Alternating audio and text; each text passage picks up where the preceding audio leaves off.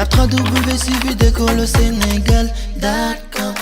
À École au Sénégal, c'est facile, tu n'as qu'à te connecter. Tape École au Sénégal, les leçons sont beaucoup plus détaillées. Bonjour chers élèves, donc bienvenue sur École au Sénégal. Donc Monsieur Niass, professeur de SVT, donc toujours nos cours en TS1, nous avons maintenant atteint la 9e partie de ces leçons en TS1 avec un chapitre qui est le premier après le système nerveux, à savoir le chapitre qui étudie donc le fonctionnement du muscle squelettique. Nous avions dit qu'il y a 3 types de muscles, parmi lesquels celui-là, les 2 autres seront étudiés notamment au niveau du chapitre sur l'activité cardiaque. Donc avec, pour les 3, les muscles striés squelettiques qui sont reliés au squelette, donc comme leur nom l'indique, le muscle cardiaque, le myocarde, qui est étudié dans le chapitre suivant, et enfin les muscles viscéraux qui sont un peu présents dans le cœur, au niveau de la paroi, mais également surtout au niveau de ce qu'on appelle les viscères. Donc pour suivre ces leçons, n'oubliez pas de vous abonner à notre chaîne et d'activer la cloche de notification pour ne rater aucun cours. Donc pour cette leçon du jour, nous allons, après l'anatomie qu'on a et l'histologie qu'on a traitée donc la dernière fois, nous intéresser donc au fonctionnement, les différents aspects du fonctionnement du muscle squelettique, avec au total 4 aspects. Les aspects mécaniques, on l'avait annoncé la dernière fois, les aspects électriques, les aspects thermiques et les aspects chimiques. Donc aujourd'hui, nous allons prendre les 2 premiers aspects pour pouvoir nous intéresser donc aux 2 derniers aspects la prochaine fois. Et sans plus tarder, donc, nous allons entamer cette leçon avec la première partie, à savoir les aspects mécaniques qui sont pour moi la partie la plus importante du chapitre, parce que tous les restes, c'est des éléments qui viennent compléter ou bien, n'est-ce pas, donc équivalent à ce qu'on appelle les aspects mécaniques.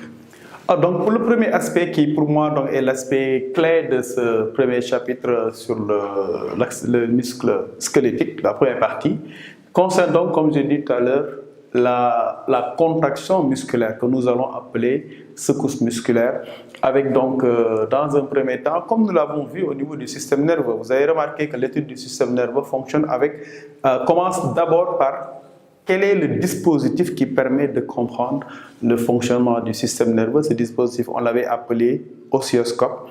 Aujourd'hui, on va passer à un autre dispositif qu'on appelle le myographe. Donc le dispositif expérimental qui va nous permettre d'étudier les aspects mécaniques en tout cas. Nous allons voir que ça peut également étudier les aspects thermiques et autres. Donc tout dépend du dispositif. Mais dans tous les cas, le premier dispositif qu'il est impératif de comprendre pour suivre la suite, c'est qu'est-ce que myographe et comment le myographe va-t-il nous permettre de... Donc, vous voyez apparaître donc, sur l'écran donc, le schéma donc, qui permet de comprendre ce dispositif.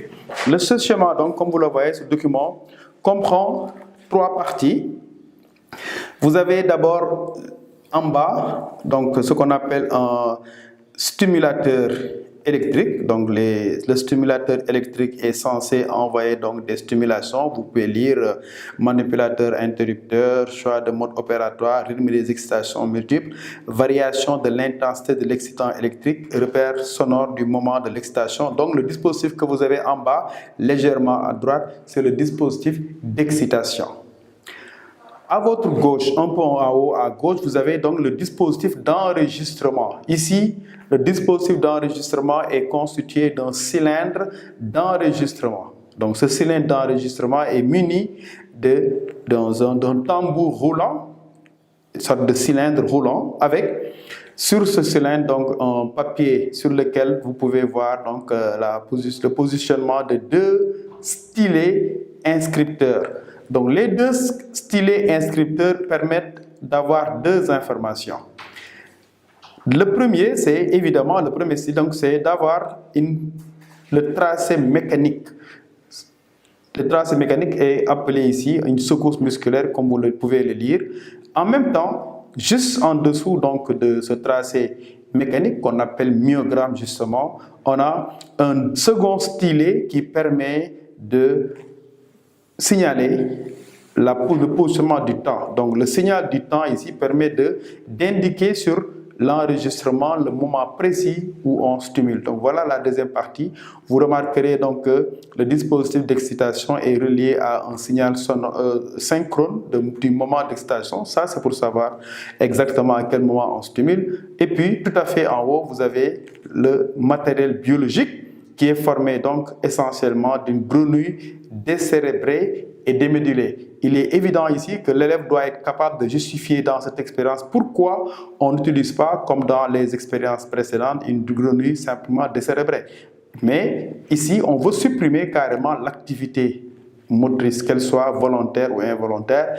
Et donc, le dispositif d'excitation permettra d'envoyer des secousses. Et comme vous le voyez, le muscle gastrocnémien de la grenouille, le muscle droit sur votre positionnement, est dégagé et relié à un fil qui permet donc d'inscrire sur le cylindre d'enregistrement les différentes modifications, les tracés donc qui permettent de comprendre que le muscle soit est en contraction, soit est en relâchement. Alors, ce dispositif donc comprend, je résume, 3 parties. Le matériel biologique constitué d'une grenouille décérébrée et démédulée. Ensuite, le dispositif d'enregistrement constitué d'un cylindre qui tourne sur lui-même.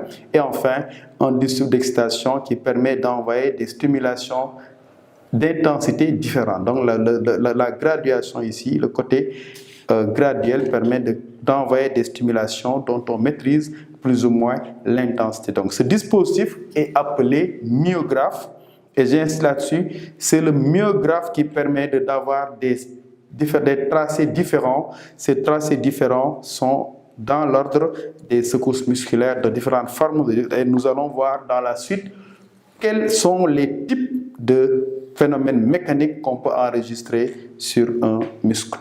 Tape 3W suivi d'école au Sénégal.